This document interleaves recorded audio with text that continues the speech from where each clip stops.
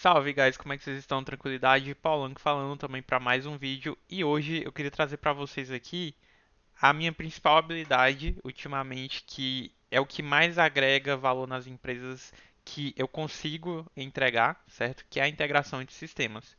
Isso aqui é algo muito interessante porque assim, se está tendo integração entre sistemas B2B, entre empresa e empresa, é porque seu sistema ele está mexendo com altos valores. Geralmente, sempre que você vende uma solução entre empresa e empresa, são altos valores envolvidos e você precisa executar isso de uma forma mais saudável, escalável e segura possível.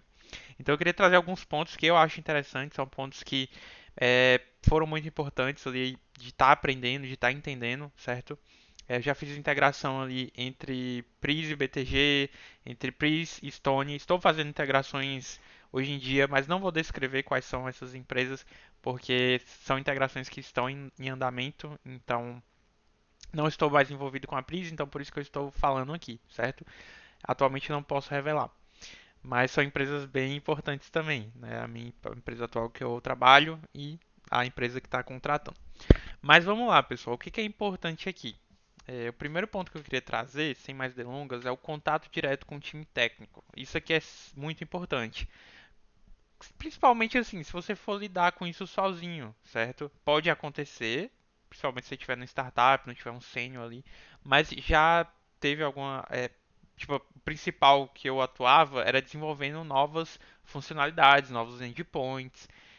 Geralmente tinha um sênior ali que desbravava, criava a arquitetura do zero, mas ultimamente eu tive muito contato ali de estar tendo a oportunidade de perguntar para o cliente diretamente, né, como um pleno hoje em dia. Mas hoje eu tenho um sênior que me dá um suporte ali, principalmente porque eu sou um pouco novo de empresa ainda, certo? Mas já manjo bastante, consigo executar muita coisa. Mas por ser um projeto super importante, que o senhor quer que dê certo de todo jeito, então ele está colando comigo para estar me dando esse apoio, certo? Principalmente nas regras de negócio ali, certo? Porque é um cara que criou o sistema do zero praticamente, um dos primeiros devs. E, cara, você precisa ter o contato técnico com o time do cliente, certo?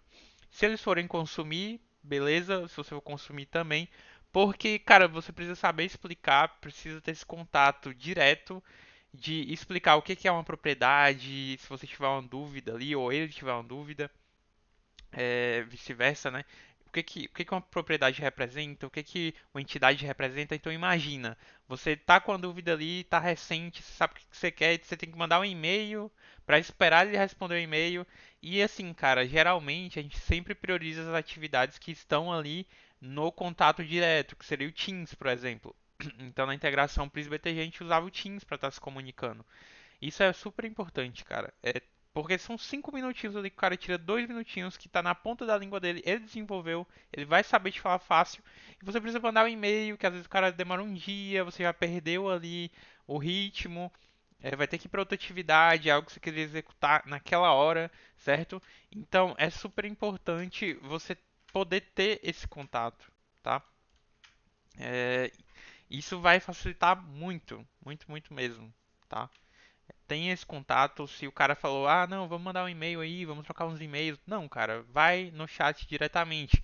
É tanto que eu posso dar até um exemplo atualmente, cara. Antes, o dev responsável da integração atual que eu estou envolvido, ele estava comunicando com a gente muito pelo e-mail, certo? Depois trocou de dev do lado do cliente e agora a gente está comunicando pelo Teams, que a integração fluiu, cara. Não sei porque que eles trocaram, mas o cara sumia, sabe? E a gente respondia as dúvidas dele, ele sumia. Então, cara, isso só tem a ganhar. Tanto produtividade para os dois lados, então tenha o contato direto. Ou Teams, ou, sei lá, ClickUp. Não, ClickUp não dá nem para comentar, mas eu nem lembro qual eu utilizava antes, cara, mas enfim, tem uma ferramenta de chat direto com o cliente para facilitar o seu processo de tirar a dúvida e entender o que que é o que, certo? Segundo ponto, perdoa o erro de gramática ali, pessoal. Segundo ponto, opte por formato de payload mais simples, mais usado de JSON. Isso varia, claro, de integração para integração, mas cara, eu tive a experiência ali de usar XML, certo? E cara, eu acho que não tem muita necessidade, sabe? Às vezes aumenta a segurança, porque o cara vai precisar saber todos os seus namespaces, vai precisar saber toda a estrutura do seu XML, como ela realmente é.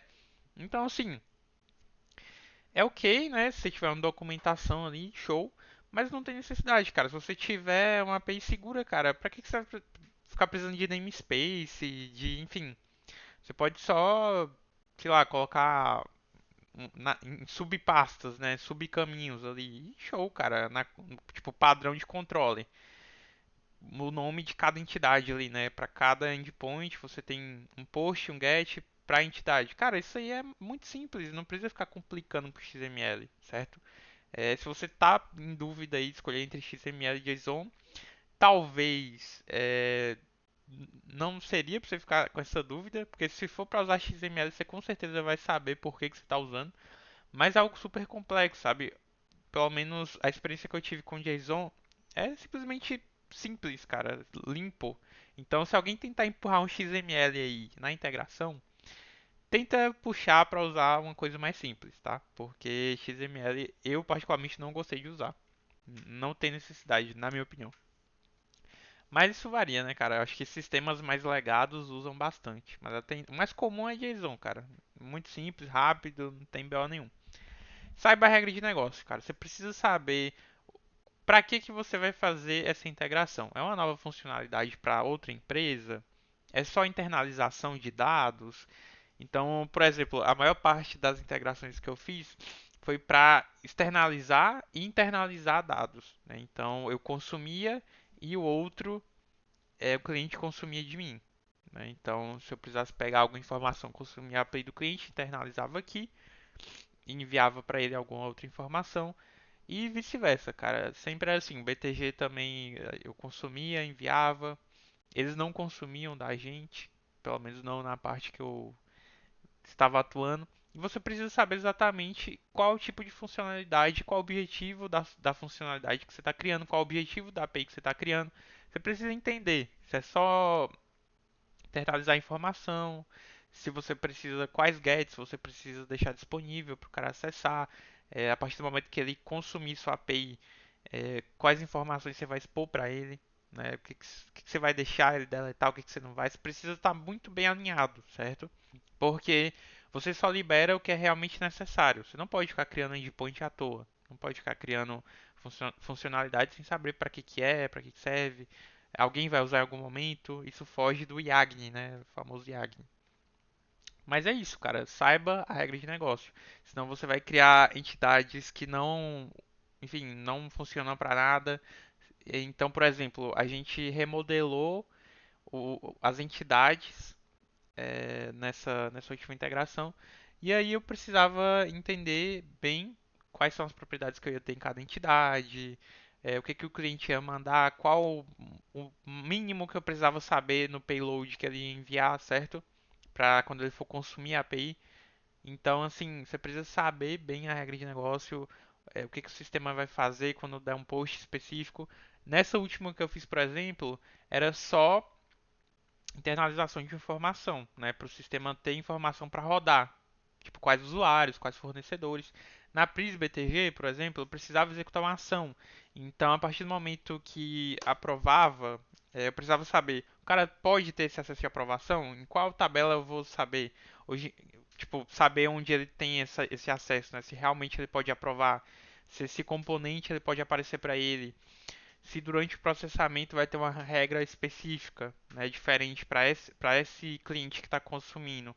Não a API, mas tipo, no caso seria a API, né, mas por exemplo, no caso do BTG, eram vários clientes, cada um tinha uma customização, né? Exemplo.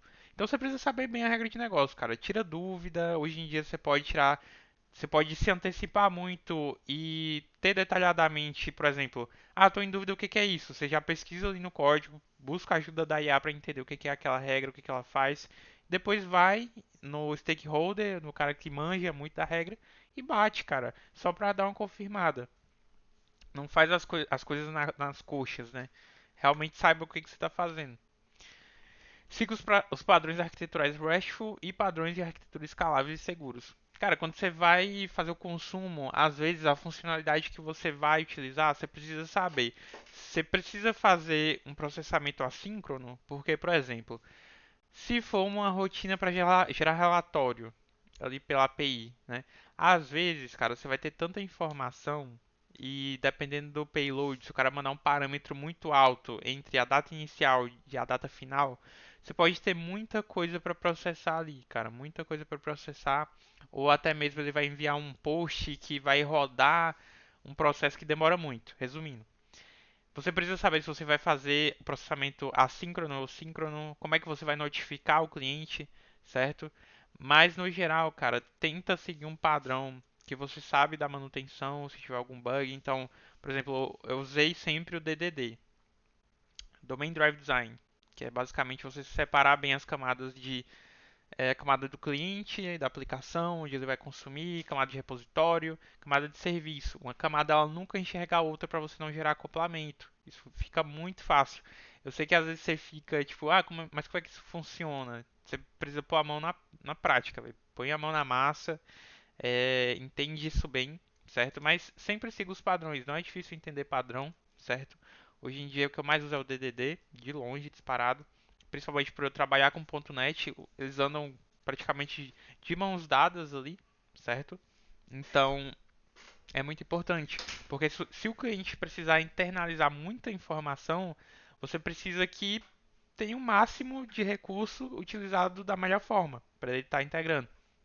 Então, por exemplo, eu teve um caso recente que eu não vou citar onde nem quando, mas precisava internalizar tipo 50 mil linhas, mas a API só suportava 10 mil, né? Então é, é um ponto a se pensar. Se eu tivesse sido melhor, é, tipo, usado temp table, né? Então a gente usa muito temp table, que é uma forma de processar mais rápido ali quando você vai usar o Dapper ali para inserir na tabela, né? Fazer a comunicação. O Dapper não, perdão, mas tipo, você faz um temp table ali, insere os dados, depois insere ela. Geralmente é a forma mais rápida, né? Pelo menos em .NET que a gente usa ali para inserir no banco. E use o padrão RESTful. Cara, isso aqui é como se você fosse falar inglês com o desenvolvedor de lá. O padrão RESTful é de praxe, cara. Você vai saber exatamente o que que representa o que, né? Nos parâmetros da requisição. O que que vai na URL, o que que vai no body. Então, você precisa entender isso bem, certo? Porque é tipo o padrão que ele vai bater o olho vai reconhecer o que, que ele tem que mandar naquela entidade para pegar determinada coisa, para executar determinada ação, certo? E se uma funcionalidade é só para você inserir um child, né, de uma entidade específica, geralmente você coloca o ID, né, da entidade pai referenciada lá em cima e você manda o ID na URL e o payload ali com o filho dessa entidade. Então é um padrão, por exemplo. O eDev ele vai bater o olho ali, ele vai saber, né? Se você fica brincando muito ali, não vai ter um padrão, certo? Se você fica brincando de, URL eu quero que seja isso, payload eu quero que seja isso. Então, cara, siga o padrão e, enfim. E outra coisa, segurança padrão, você pode usar token, né? Passa no token ali no para autenticar. E é isso, cara. Usando a API Key, né, para obter o token, só o cliente vai ter acesso à API Key dele, ele manda no header o token e pronto. Uma das formas seguras, ok, e só quem vai conseguir gerar o token é o cliente que tiver a API Key, né? Então, e é isso, cara. Desse ponto é isso, beleza? Entenda um pouco de sincronização, exemplo, webhooks. Quando você tem integração, você precisa, em algum momento, vai ter essa necessidade do cara pelo menos dar um get para entender o que, que já foi internalizado aqui, o que, que aconteceu depois que ele mandou o post. Então ele mandou um post para executar uma ação, ele mandou um post para internalizar alguma coisa dentro do sistema. Você precisa ter alguma forma de expor para ele como é que como é que aquilo internalizou, se aquilo de fato funcionou. Então, algum get para ele dar e aparecer lá, ó, tá sincronizado. Então, assim, por exemplo, o que a gente mais usa, o principal ponto que eu usei é o webhook. Né? Eu acho muito interessante. Então, assim que o processamento acaba, e principalmente se for um processo assíncrono, certo? Se for algo mais rápido, tipo assim, o cara mandou, você já voltou para ele muito rápido e você tem essa garantia que realmente vai ser rápido, você não precisa de webhook, tá? O webhook é mais quando o seu processo for assíncrono, o cara vai enviar um post, você vai processar aqui e vai disparar para ele que finalizou a ação e ele pode registrar que deu certo. E aí ele não precisa assim que dar o post se retornar deu certo. Não é assim. Então você precisa ter esse alinhamento. Ah, o processo é assíncrono vai retornar 200 que a gente aceitou a requisição, mas não necessariamente deu certo. O processo vai rodar assincronamente, de forma assíncrona, perdão, e depois a gente vai retornar para você se realmente deu certo. Tá? Isso é uma forma muito boa de sincronizar, mas só se realmente você precisa, tá? Se você não precisa disso, não tem necessidade. Sempre pensando no Yagni, né, cara? Mas é muito show, cara. Eu gosto bastante, gostei bastante de usar isso ali, implementar isso com o BTG, tá? Principalmente foi quando eu tive mais contato, o único contato profissional que eu tive que fazer várias desses processamentos, né? Então a gente recebia e mandava e disparava para ele. Na verdade, eu tô me enganando. A gente enviava a requisição, depois eles enviavam pra gente. A gente não tinha webhook, eles tinham webhook. Lembrei agora. Perdão. Mas basicamente funciona da mesma forma, só que do lado deles, né? A gente consumia a API deles, é, processava lá, assim que terminava, eles mandavam o webhook pra gente. Você disponibiliza o endpoint pro cara. Não tava citando ao contrário, mas é isso. Sabe, ele disponibilizei um endpoint pro BTG assim que eles terminavam de processar, deu tudo certo e envia pra gente. E é isso, cara. Tem que entender um pouquinho dessa sincronização e registro de log, tá? Você precisa ter registro de log. Eu acho que é um ponto até que eu não coloquei, mas, cara, você tem que ter registro de log. Principalmente onde você for fazer o deploy, se você for fazer, sei lá, o deploy no Azure, for colocar em produção no Azure ou no Google. No Google achei bem interessante, no Azure você tem o Application Insights, no Google Run ali você tem também o Analytics. Eu não lembro exatamente onde fica, porque eu comecei a usar recente, mas no Google, no Azure, por exemplo, tem o Application Insights, no Google tem até a IA que avalia o que pode ser a possível causa do erro, né? Se você tiver erros ali. E é muito importante você ter acesso a isso. Se o cliente mandar um post, o que está dando errado?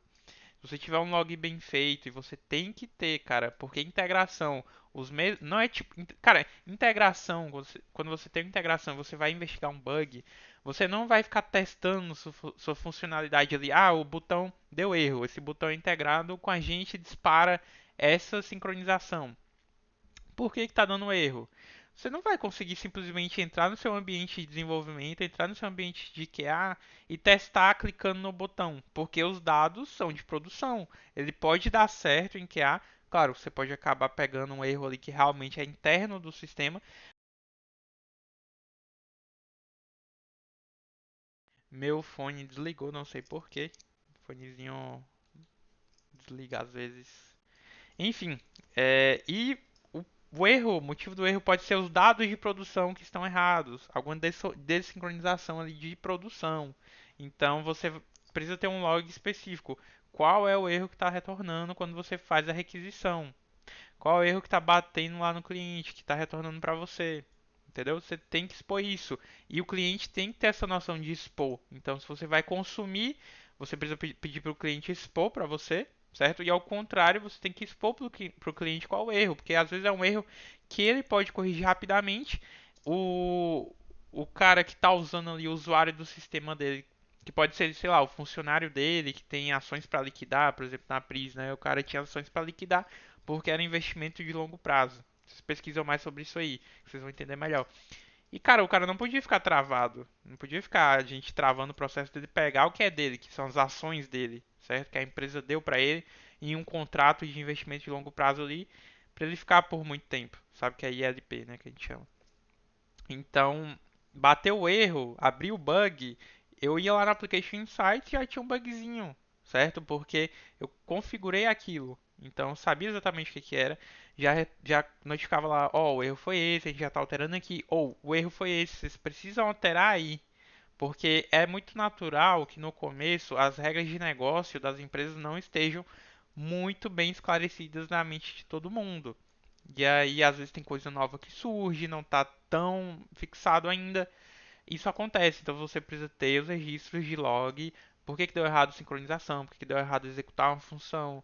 Então precisa ter tudo bem logado. Não sei o que que você usa, mas cara, colocar sistema em produção, não pagar um logzinho ali para ter, porque eu sei que é pago, tem custo, né? Não sei no Google, mas no Azure, por exemplo, o Application Insights ele tem o custo. Então é importante, tá? Você ter esses logs e espero que tenha ficado claro esse ponto aqui, beleza? Bora lá.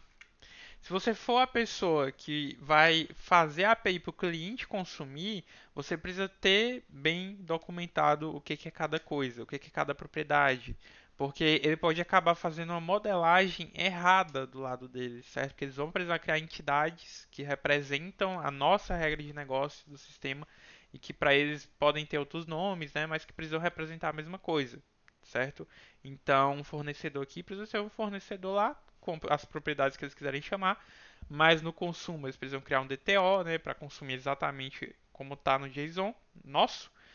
E tem até como você colocar o JSON Property Name para criar uma entidade só, enfim, criar um DTO com os seus nomes internos, mas isso é no caso do C Sharp, né? Enfim, só comentando aqui, tem uma forma de fazer no C Sharp que você cria as propriedades do DTO com o mesmo da sua regra de sistema para não ficar diferente, sabe? Não evitar que algum dev júnior olhe aquilo e fique, putz, então essa propriedade aqui é nova, o que ela significa? Sendo que é alguma propriedade que representa a mesma coisa no seu sistema, só que na tua entidade está uma coisa e no teu DTO está outro. Enfim, aí tu pode colocar um JSON Property Name, você pode pesquisar aí que na tua linguagem que você usa, você vai entender bem o que que é, né, se você faz integração aí. Ou faz o consumo de alguma API, enfim. E é importante que você tenha centralizado, né? Não ficar brincando com nomes ali. Então, se só existe um nome para uma propriedade que representa uma coisa, é importante centralizar isso, certo? Sempre buscar a centralização das coisas, pelo menos nesse caso de regra de negócio. Precisa ter tudo bem definido, certo? Sem ficar repetindo muito. E você precisa disponibilizar uma documentação, certo? O cara precisa entender bem o que ele vai fazer, não tem preguiça de explicar como se estivesse explicando para uma criança de 5 anos, cara. As coisas, enquanto mais simples, mais explicadas, mais mastigadas, mais rápido anda, mais fácil de entender é, mais fácil de implementar a segurança, de ser escalável, enfim, de dar manutenção, de gastar menos dinheiro, porque um cara desenvolvedor vai mexer ali, outro desenvolvedor vai mexer pensando que uma coisa é outra. Então precisa ter tudo bem documentado ali, entendido por todas as partes, pelo cliente, por você e até por você, cara, porque você esquece as coisas. A gente não é uma máquina que lembra de tudo, né? E é isso, cara. Esses são os principais pontos. Espero que tenha te agregado em alguma coisa. O vídeo acabou ficando um pouco grande, certo? Mas muito obrigado por se você chegou até aqui, muito obrigado. Se te agregou em alguma coisa, considera deixar o like, se inscrever no canal. São 4 anos de experiência. Tem muita coisa que talvez eu não tenha trago aqui, a gente faz uma parte 2. Comenta aí o que que você achou, certo? Perdoa aí os erros de ortografia, enfim. E é isso, cara. Os erros de gramática, e enfim. Um beijo e um queijo. Se conecta comigo lá no LinkedIn. O link tá aqui abaixo, tá? Clica aqui e se conecta comigo lá. Um beijo, um abraço do Paulão e tamo junto, cara. Simbora. Vamos entregar a integração o mais rápido possível. E show. Simbora. Um abraço.